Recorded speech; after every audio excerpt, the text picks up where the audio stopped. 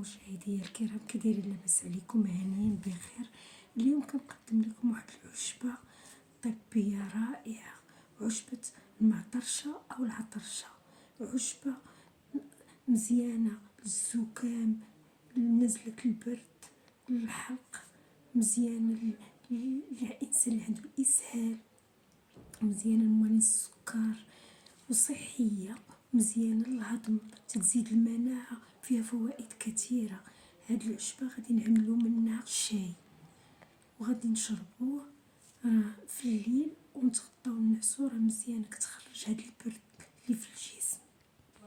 من بعد ما نقينا الاوراق ديال العطرشه وغسلناهم مزيان بالماء، غنديرهم في هاد الكاسرول بحال هاد الشكل، وغنخوي عليهم الماء الكافي فاش غيغلاو، وغنبداو فوق البوطه يغلى مزيان تيتبدل اللون ديالو. ومن بعد غنديروه نصفيوه في كاس ونقدموه لكم. من بعد ما غلينا الشاي ديالنا ديال عطرشه او معطرشه، ها هو قدمناه لكم بالهنا والشفاء ان شاء الله.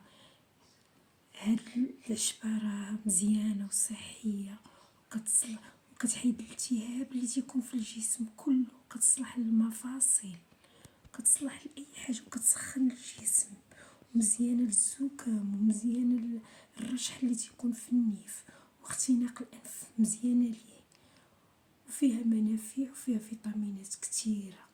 وبسلامه عليكم، تصبحوا على خير. خليت لكم الراحه.